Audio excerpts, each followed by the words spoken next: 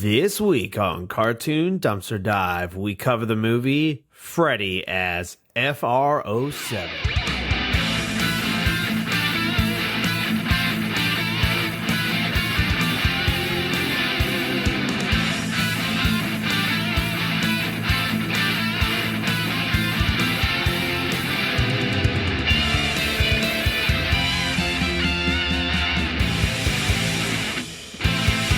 Joel, Yes, Andrew. how do you feel about spies? Love them, man. Love Spies 'em? are You cool. like a good espionage movie? Who doesn't, man? Okay, how do you feel about frogs? I guess though. Okay, I like that Jeremiah bullfrog. Jeremiah, yeah. Jeremiah was a bullfrog. Well, how do you feel about mid-century France? Take it or leave it. Okay, well, I feel that way about France now. You you put all three of those things together and you get Freddie the Frog from Freddie as F.R.O.7. Okay, you sent me this like, we had something original planned. We was going to do like a recording with a guest. Yeah. That kind of fell through kind of last minute. It was just a scheduling problem. Yeah. So it wasn't But you- anyone's fault. You sent this to me and you're like, we're going to pivot. We're going to do this. And I'm like, cool. All right. Have no idea what this movie is. I start watching it and I'm like, okay, all right, I get where this movie's going. And then, like 20 minutes in, I'm like, what the I have f- no is idea. this? I I'm have like, no idea what? where this is going. I'm like, everything, the first 20 minutes of this movie made me think sets what this up. movie was going to like set up and going to be about. Completely shattered. And I'm like, what the hell is this? Well, how did this get made, Joel? So, Andrew, this is a 1992 British film. It was written and created, directed, all of that, by John Azvinsky. Okay. Yeah, you like that, right? I looked Solid up how to pronunciation. Looked it up. It was inspired by a bedtime story that he would tell his son about his favorite toy frog working as a secret agent. Can I tell you something? If this movie is even remotely close to what that guy, the guy's stories that he told his son, that kid is all sorts of jacked up. Has to be. He is not a developed well adult. I feel like it has to be because I feel like this thing is kind of all over the place to the point where it does feel like you're just a dad. You're just trying to make it up. Just like, please go to sleep. Just And then coming up. And then they stole Big Ben. Fuck. Are you tired, sweetie, honey? You Please. wanna just go to sleep. Oh yeah, the Loch Ness monsters. In Oh there. yeah, he's got fucking psychic power. It is Just cause. But it's a pretty it's a pretty short like why was this made? And it was produced distributed through Miramax Film. That's it. You know what was one of the craziest things I read about this, though? Maybe you already read it, Andrew. What do you think the budget for this movie? Remember, like, it's early 90s. I don't know, like a couple 500,000 euros. Not even close, Andrew. Oh, wow. $18 million. Well, is it dollars or pounds? Or euros? It just says, it's got the dollar sign in front of it, so I'm going to assume it's 18 million US dollars. 18 million. 18 million US, 9.9 British pounds. That's like $41.5 million today. Crazy. Crazy. Although I did read it was Britain's most ambitious animated feature. I believe that because I read that for the US box office, because this thing did release like kind of internationally, it held the record for the lowest grossing opening for an animated film from when it was released until 2007. When it was beat out by the Ten Commandments. The Ten Commandments. Both starring Ben Kingsley. Just both of them. Do not put Ben Kingsley He's on not born animated. to be in an animated feature film. I picture him like walking up like, hey, I want to audition for this. Get out of here, Ben. Get out of here. Get out of here. Just like You'll be in live action Marvel stuff. Don't you dare come to this department. Get out. I'm sorry. I forget if he's British or whatever. But Joel, let's get into this movie.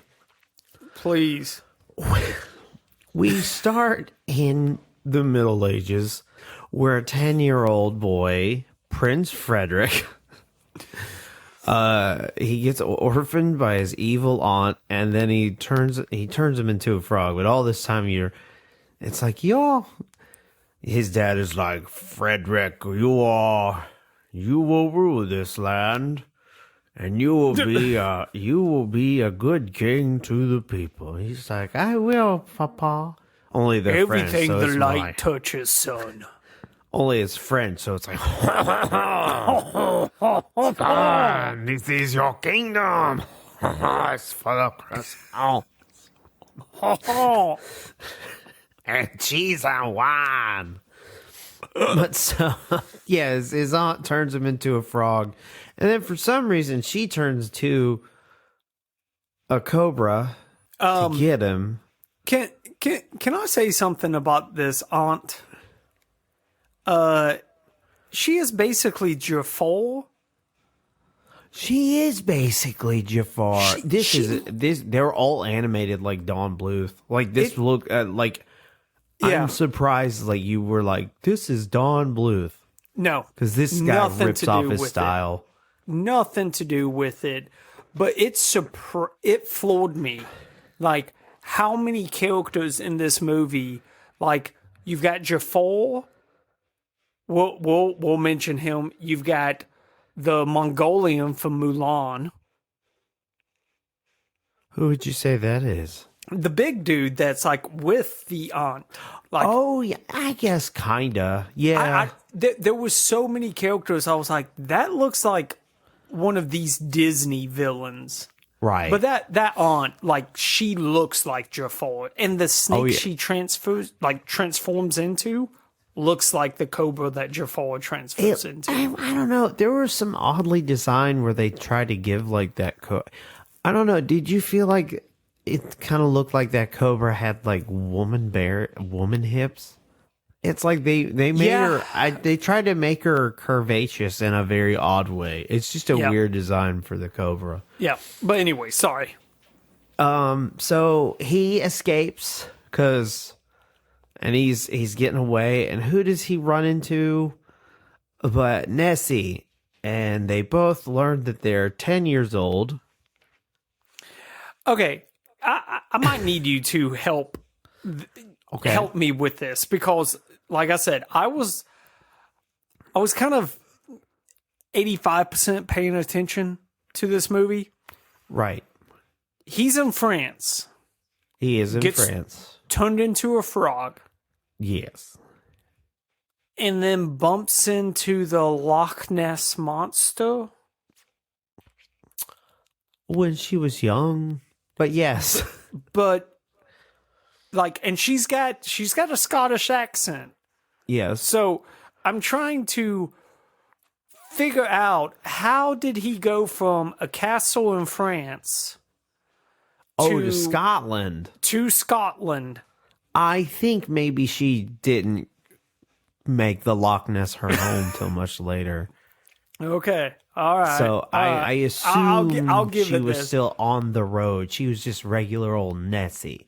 That, Because, Nessie's are God-given name. The Loch Ness Monster is more of an occupation. okay. That, or it's just the storytelling of a father trying to get his son to go to sleep. He met Nessie. Fuck, okay. You tired yet, bud? You tired? No? No. You want milk now? Oh, okay. Okay. Fuck. But he meets Nessie. And then Nessie's tail gets trapped under a rock. And this is where we learn that old Frederick the frog has mind powers. And blows up the rock with his Dad, brain. how does Nessie escape from that rock? Well, Frederick uses telekinetic powers. And then we go to the future. Okay, after he talks to Nessie, he then flies to space, Andrew. Oh, yeah. He flies. I totally forgot he flies to space. To go to what I'm guessing is New Orleans. But with frogs. Shoots into space like a missile to travel halfway across the world. I completely forgot that he does. I just thought that was cartoon nonsense. But I had to go back. I was like, what? Did I just see him in space? What did I miss? But yeah, then he goes to the Frog Jazz Club. Down in the bayou. Down in the bayou. Where everybody's getting drunk. But then... we learned that the frogs learned that Freddie's not a normal frog. And by that I mean that this frog boy grows to be 6 feet tall. Somehow his mind powers allows him to just become the size of a human, I guess. Yeah, I guess. Or I guess because he was a boy that got turned into a frog. So they sang a ditty, and he just grew. This is a musical. Yeah, and so he's off. And this is when we start getting into. Oh yeah, this is where you learn that you're in, I guess, what would be considered for 1992 the modern era. So Freddie's just immortal. That's why I didn't understand. Everything when he got turned into a frog and Dad died, was that 1700s? Yeah, I thought that was the very least it had to have been 17th century France. Yeah, it looked like it, but they don't. I felt like they didn't explain it very well. The time skips and the time jumps. It was just several hundreds of years. What's Freddie doing for those? I guess he had to make it back over the pond from the bayou. He had to jump. He kept jumping into space and landing on other planets. He's like, "Fuck, Dude, this isn't." I mean, I know what the South was like back in the 1800s of America. I mean, I can't imagine how difficult it was for a 6 foot tall frogman back then. You ain't from around these parts, are you? Turns out he did pretty well, and because he went back to France. He had to go back from France because he has a French accent, which being Kingsley, might I add, does not do well. No. We could have done a better job. Yeah.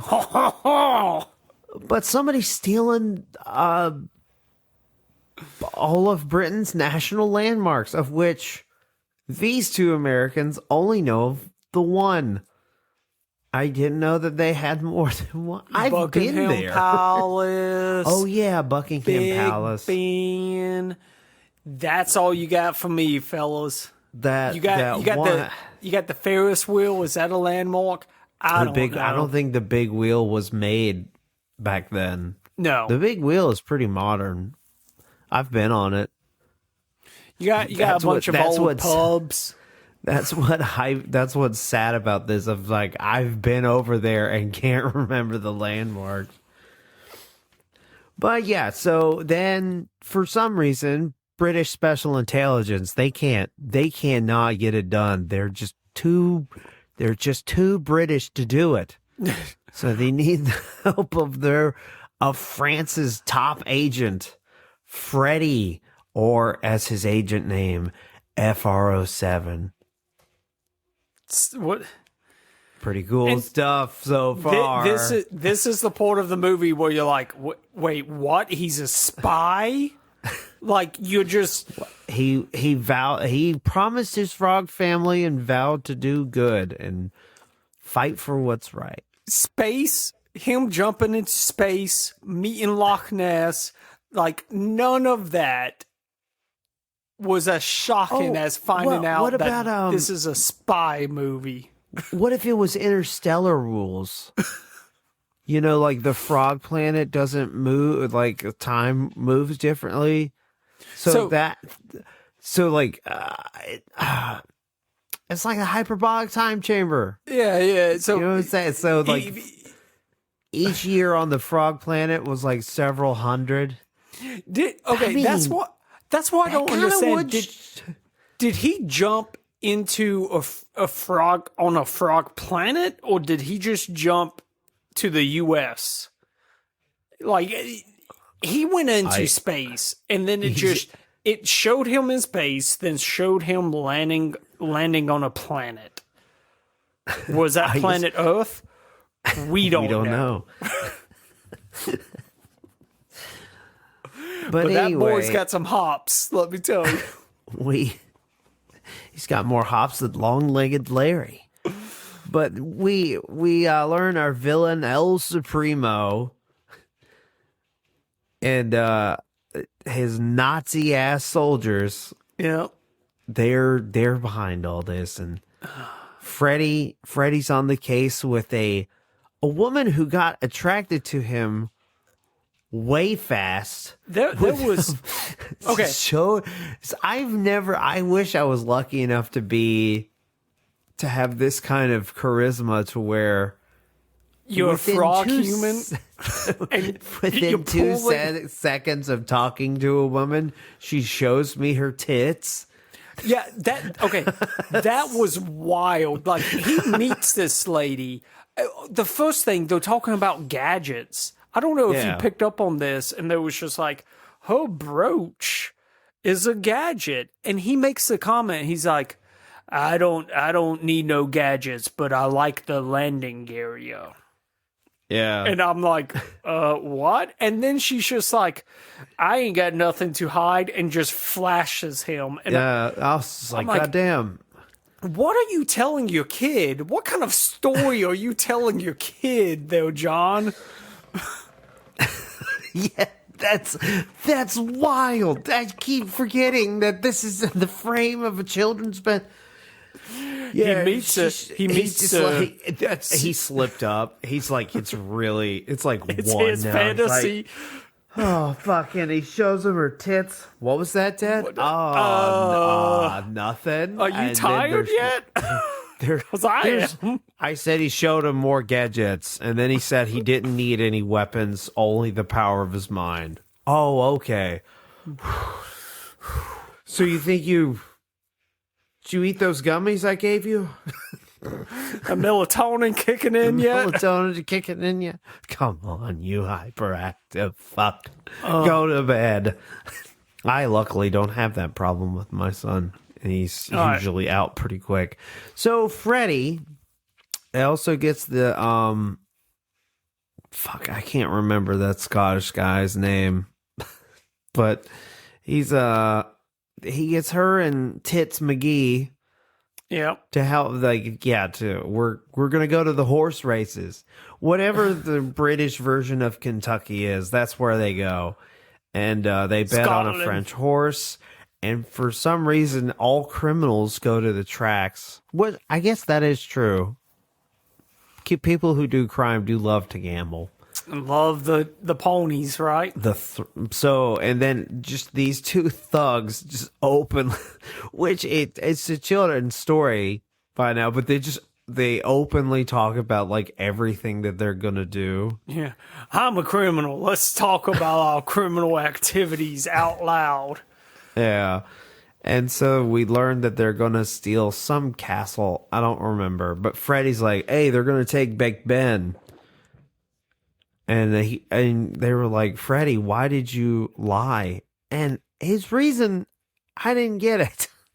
He said something about like the guards. Like if I lied, then the guards, the battalion's going to show up. Oh, that's right. It's like they're going to guard the castle, so they're just going to go after the one that's not guarded. Because apparently, that British guy who can't answer a phone to save his life. Because every time he picks up the phone, he just gets more and more tangled. And then there's that like fat bowling pin kind of shaped man who just like rage baits him. It's because he works for El Supremo, but there was one scene where like I think it's the scene where they steal Big Ben. He like does this like shuffle towards him to rage bait him. It seemed like didn't work out, did it, governor? Or whatever the hell he was a more proper British sounding man. Yeah. But then so they get stolen, and you know, he's like, "How dare you?" And this is that Cobra. She's also immortal. What the fuck? It comes out of nowhere. She was like, "Oh, maybe maybe it runs in the family. Maybe they're just it's a gene that they have." It was like a double-edged curse or something. Yeah. I don't know, And then, you know, fuck, what else happens? Okay, yeah. So they basically they stay on the spy part, and Lady and Scotsman, they get captured. She gets brainwashed. She's brainwashed. Yeah, but she's pretending to be brainwashed. It was a bluff. Oh. And and then all out of the blue, there's a bubble shield that the Scotsman has, but the other people don't have it. Yep. And then at one point they meet Nessie again? Yeah, that's fuck. This movie is so hard. Like, I just finished this because then it's like I can't tell you what happens because so many things happen in it, and it's so hard to be like, what the fuck just happened? There was a lot. They find Nessie because they drop Freddie and the Scotsman in the ocean. Okay. And then because I forgot to mention that Nessie's like, if you ever need me, just whistle and I'll show up. which I assume they're dropped in the ocean. But he whistles for Nessie, and Nessie comes and gets them. And he's like, "This is my family. We're all gonna help you." But after this number, Yeah, but first let me sing this. Oh, we didn't even talk about how this movie just has racist ass ravens. oh, the crows. The crows. No, I think they're ravens because they're British. Hold on now. Here's where it gets double racist for me. This movie is in Britain, right? Yep. Everyone else has an English accent, and these ravens sound like, black people from America, even though they're supposed to be British. I noticed that. I thought, like, is this like British racism? Like, because the attire that they put these ravens in, I'm like, this isn't America's attire. It's like kind of British attire. So it's like it was British punk attire. So you're being British racist now. Like, some say the most pure races of them all. And they didn't have Disney to learn that lesson about this movie is so strange that, like, they come back and they save her. See, I don't remember because the Scottish guy got left behind when he meets the Loch Ness Monster. He's like, "Hey, you hang out on this rock. I'll be right back." Yeah. I'm like, why didn't you take him with you? I just remember going to Loch Ness or, meeting Nessie, having that, song number with her and dancing with because apparently she's not the only Loch Ness monster. Yeah, that one Loch Ness called her grandma.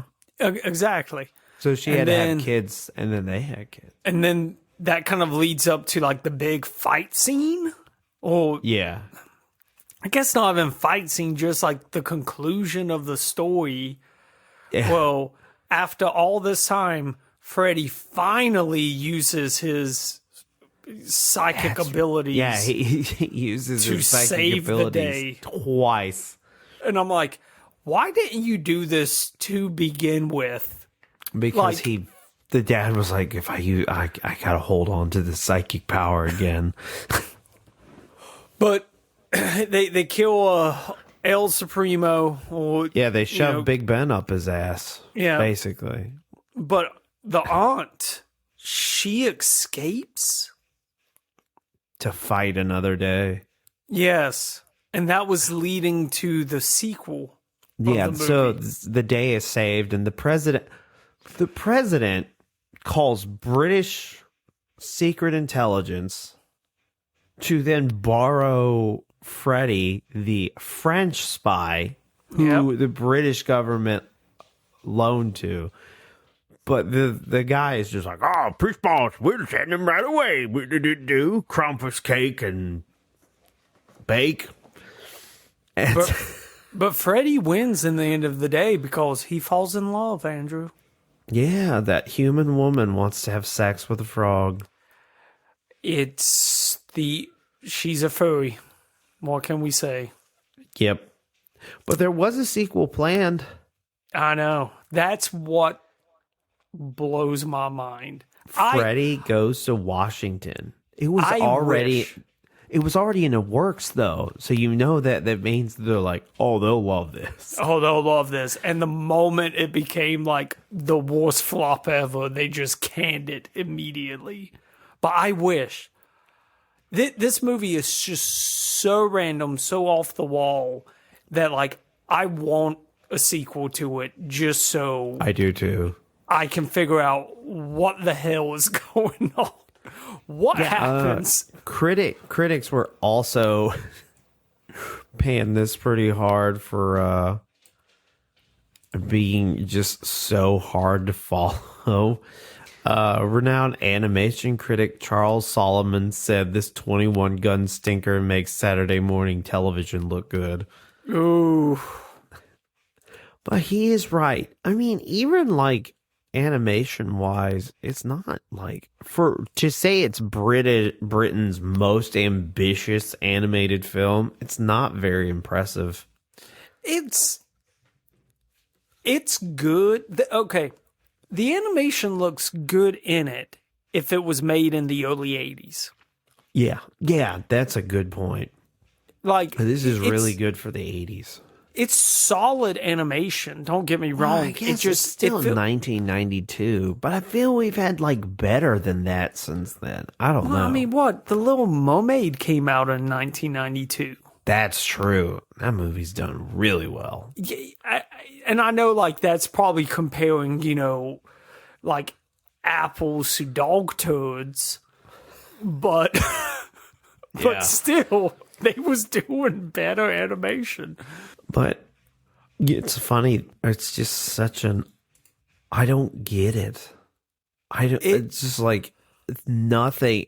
Even if this was based off the story you told your son, I feel like you would try to punch it up at least to like make it narratively make sense at all. The sequel was supposed to turn him back into a human, so we would have known what he would look like as a grown-up. It literally just felt, or does he just get transformed back to a 10-year-old kid? Because I don't know the time skip at all, because they don't explain how many years in the future. There's no indication. Nessie's a grandma. There's no indication on how much time has passed.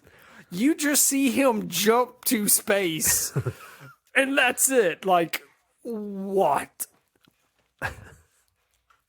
So, yeah.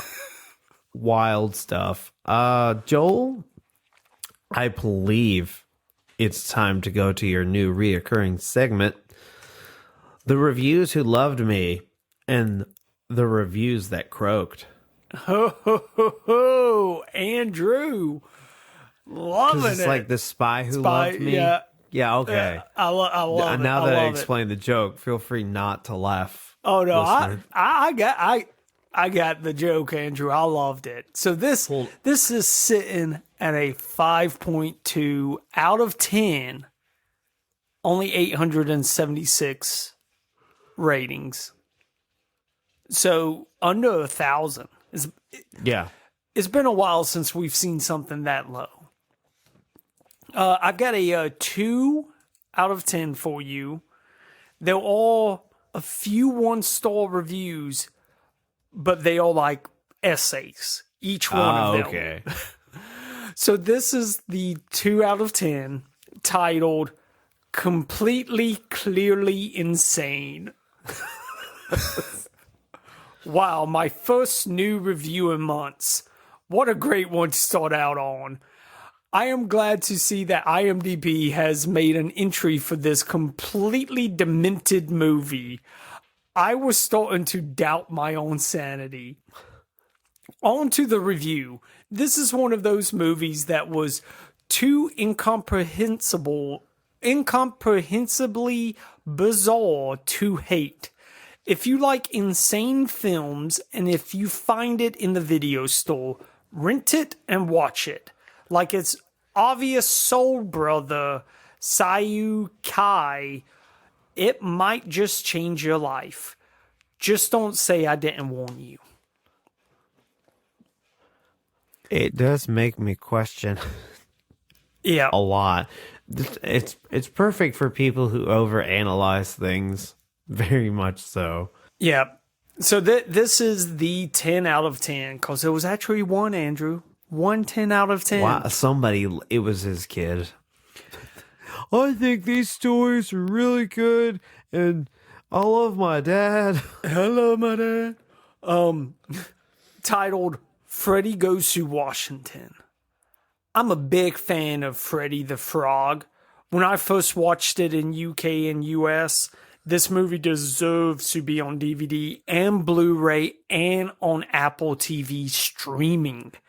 And hopefully, this deserves Freddie's sequel, Freddie Goes to Washington. Freddie Daphos and Scotty deserves new teammates for the mission to save the USA from the evil hands of Messina.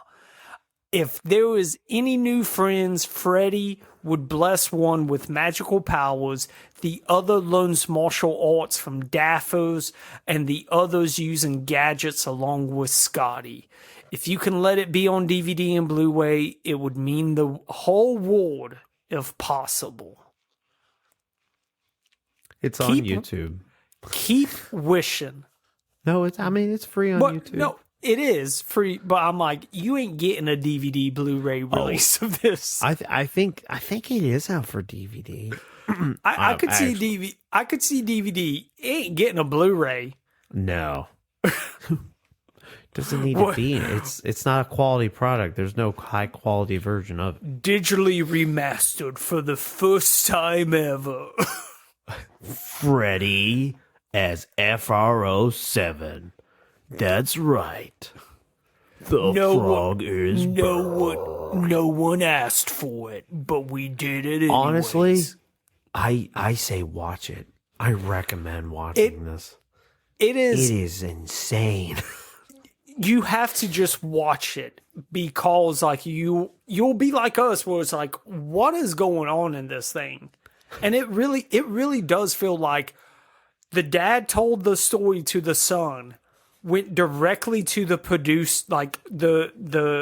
production company and said, "Hey, I got this idea." And they said, "Love it, let's do it."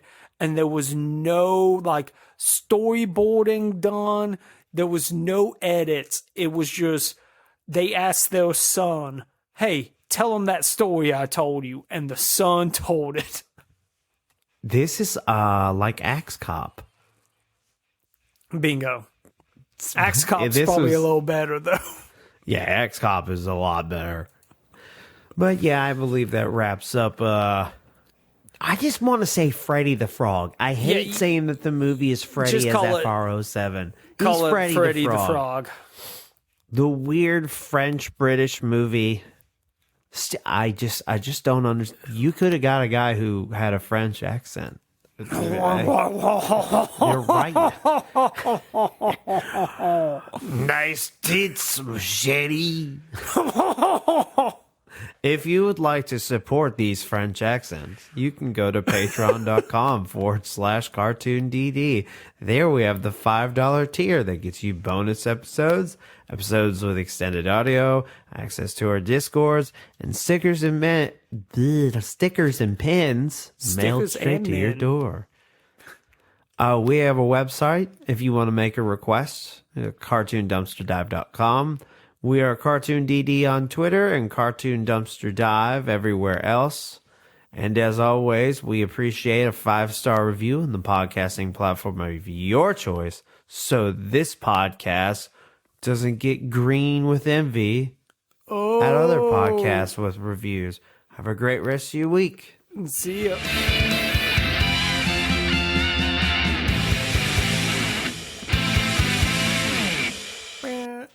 I was trying to think, how would you make it like James Bond theme? Oh. Just a bunch of ribbits as the James Bond. Ribbit.